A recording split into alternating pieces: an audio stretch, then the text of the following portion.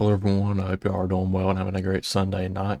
In tonight's forecast update, we're going to be talking about our multi-day severe weather risk starting really tonight and then continuing into tomorrow, especially on Monday where we have a moderate risk already for severe weather.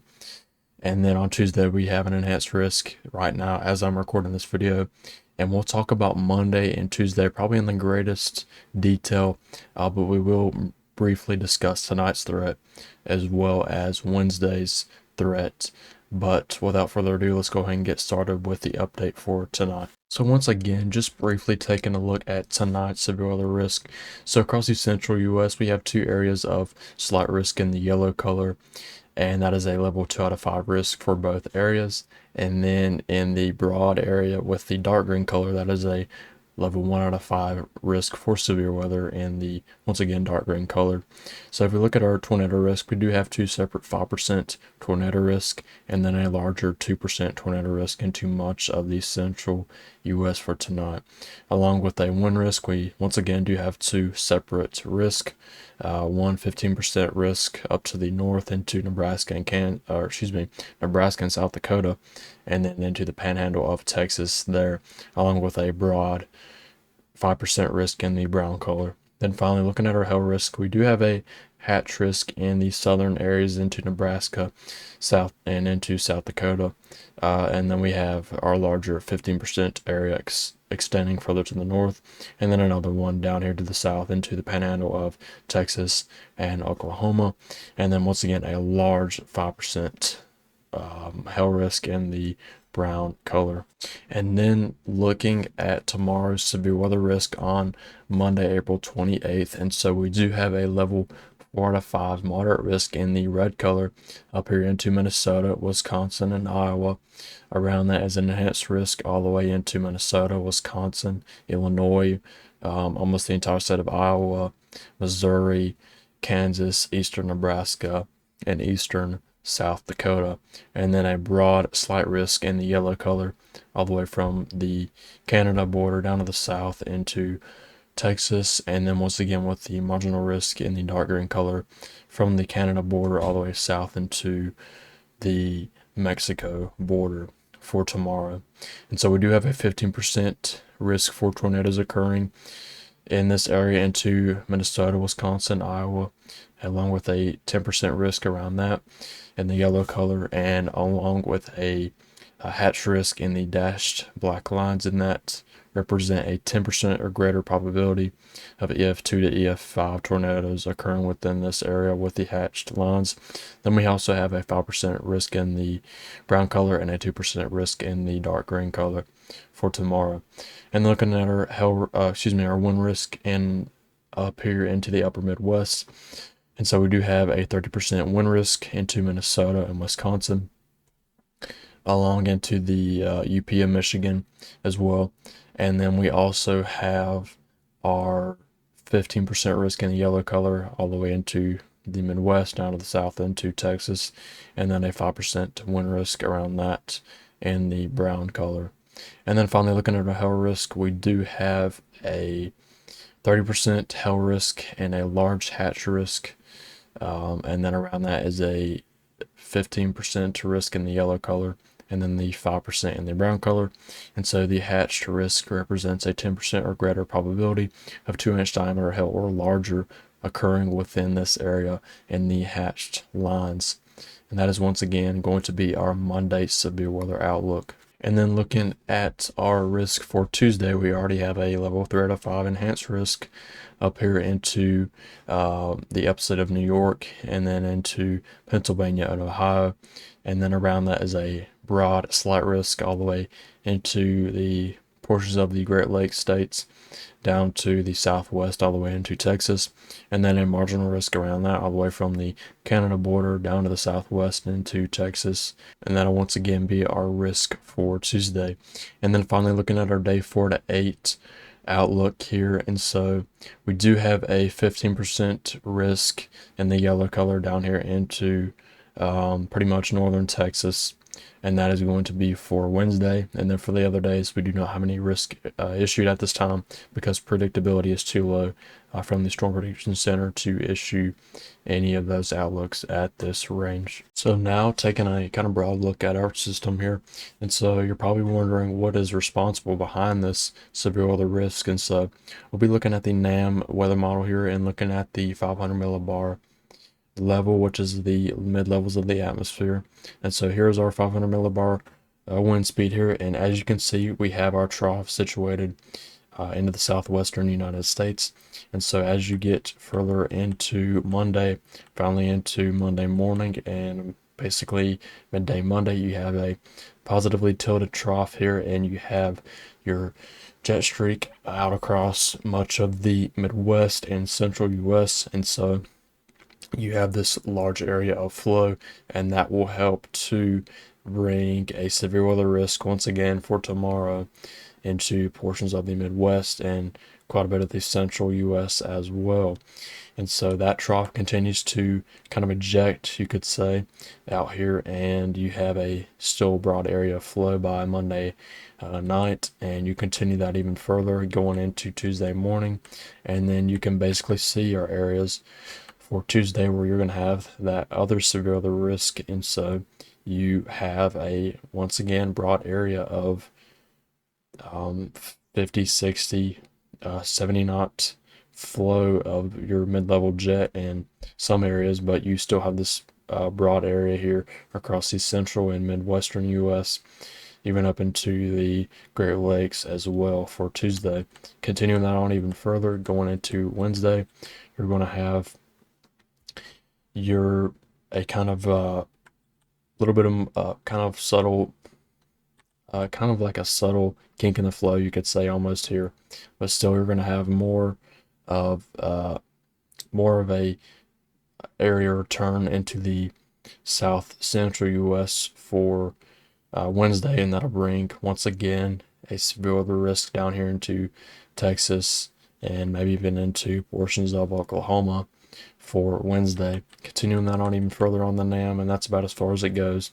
But I think on Thursday we could once again see another risk, maybe across the Mississippi Valley, where we have a once again broad area of maybe 40 to 50 knot mid-level flow here. And so backing this up now and looking a little bit closer at our areas, and we'll look at that just in one moment. We'll take a look at some of our convective allowing models. So now looking at the HRRR model, and this is the 0Z run from the HRRR. And so if we continue this on here and go into Monday, pretty early Monday morning tomorrow, you already have some storms beginning to have already developed along kind of the low pressure up into Minnesota and even South Dakota, excuse me. And then as you get into further into the morning, you could see some kind of clusters up here into Wisconsin. And then as you get into Monday afternoon, that's when you're going to start to see your development of more surface-based storms. And so looking here into Minnesota, you have more of a linear cluster mode of storms moving into Minnesota here, even into Wisconsin, Iowa as well. Maybe some discrete storms forming out ahead of this, but mainly these storms will be confined along the dry line where we're going to have dew points into the 60s on one side, and then you're going to have a dry air mass right behind that.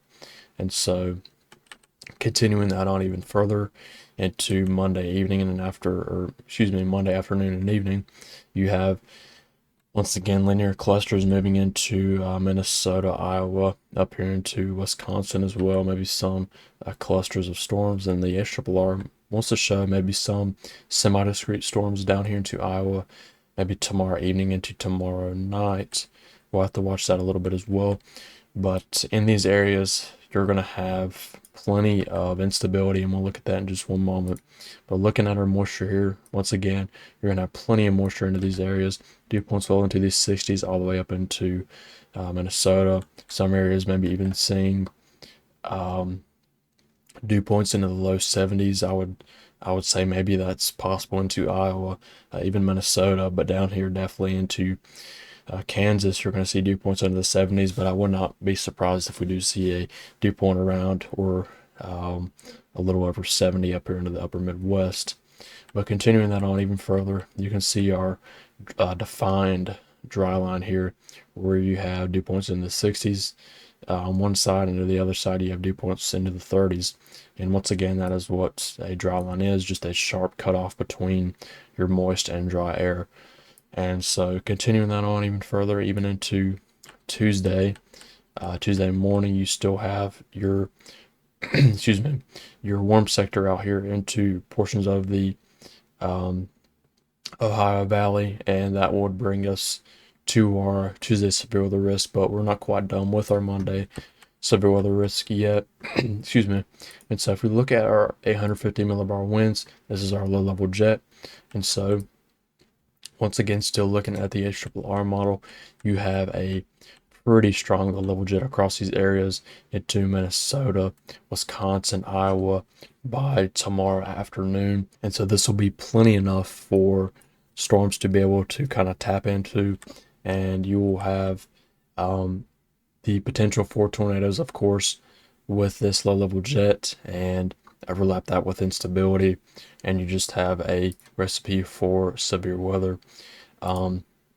So once again, as you can see here, just a very strong low level jet across these areas. Looking at our mixed layer cape on the HRRR model, plenty of instability once again into these areas, instability into Iowa, even Minnesota. You have some areas seeing almost 3,000 joules per kilogram of mixed layer cape, and once again, that's plenty of instability for these areas. Continuing on even further, that instability translates to the east, and then as you get into Tuesday, once again across portions of the Ohio Valley and southern U.S. But you will not be lacking instability in these areas for sure. So finally, after we take a look at that, we'll look at our significant tornado parameter just real quick across these areas. And so you can see that spikes quite a bit as you get into tomorrow evening and 9 across Minnesota, Wisconsin, Iowa. Just a pretty bad look on the HRRR for right now. So taking that aside and looking at the RAP model here, and we'll look at, let's see, I think this should go out far enough so where we can see this a little bit better. If we go here, yeah, this goes out just far enough. If we go to the O2Z run here, that will go far enough as well. So if we just take a sounding, we'll go into northern Iowa here, and we'll take a look at this sounding here. And so the RAP model, once again, shows plenty of instability in here, over 2,500 joules per kilogram of mixed layer cape. Dew points well into the upper 60s here, temperatures around the lower 70s. And as you can see, it's just a very subtle cap right there where you can see the temperature start to increase to the right and go to the right and get a little bit warmer as you get further into the atmosphere, but not much of a cap there. Still looking at our hodograph, you have a pretty decent hodograph here representative of tornadoes, even strong tornadoes, that is. And really looking at everything else, just plenty of instability, somewhat not particularly weak lapse rates, but they're not the strongest either, but they're still pretty decent, and that will once again be supportive of a severe weather risk. But still, the RAP shows a bad scenario. Once again, when I say bad, I mean not a good one, not a good look, not how I would like it to be. But still, the models are in agreement pretty much for tomorrow that we could potentially see a tornado outbreak across these areas. And so that's going to really wrap up our look here just closely at the Midwest and upper Midwest, really, that is. So we'll take a little bit of a broader view with the HRRR for tomorrow on Monday. I'm not really going to get into any of the particular areas as I did with the Midwest, but still we'll look across these areas for tomorrow. And so I know it's kind of hard to see on the screen, but still if we take a broader look at this, you could still see some more isolated storms down here into Texas and Oklahoma tomorrow on Monday, still with our storm activity out here across the Midwest and even into Nebraska as well, Iowa by Monday evening and night. Some, once again, semi-discrete or discrete storms looking to form out into these areas. And then if you get further into that end of the run, could see some more activity late tomorrow night into early on Tuesday out here in Kansas. That's going to be pretty much it for Monday's severe weather risk. So now finally looking at Tuesday's severe weather risk, and this is once again going to be across portions of the central U.S. up into the Ohio Valley, where we have that enhanced risk into the northeast, really, that is. So if we take a look at the NAM model, and if we look at our dew points for Tuesday, and actually we're going to look at the wrap here instead. So we'll look at the 21Z wrap. So if we go into Tuesday across these areas, I know it's kind of hard to see, but you do have dew points well into the 60s up into the Ohio Valley, and then further to the south, you do have you will have dew points into the 60s as well, but you will have a area of concentrated moisture up here in the Ohio Valley. And if you look at our low-level jets, you will have a low-level jet with that kind of exiting trough, and you will have a 40, almost 50 knot low-level jet across the Ohio Valley. That will be enough for tornadic activity. And then finally looking at our we'll look at our surface-based cape here. So you will have enough cape cape here out across the Ohio Valley, and you will have maybe some areas of almost 2,000 or over 2,000 joules per kilogram of surface-based cape. Once again, that'll get the job done, and that is representative of that enhanced risk up here into portions of the Ohio Valley for Tuesday. So that'll be it for tonight's discussion of our severe weather risk. I'm going to go ahead and cut the video here because I am starting to lose my voice a little. I don't know what's been going on tonight. But just to be transparent as possible, yeah, I don't know what's going on with my voice tonight. But once again, that'll be it for this discussion, and I will try to get another video out as soon as I can. I can't guarantee one, at least for a couple of days, so just stay tuned for one, probably this week for sure. But once again, I appreciate all of y'all watching, and I hope y'all have a great week.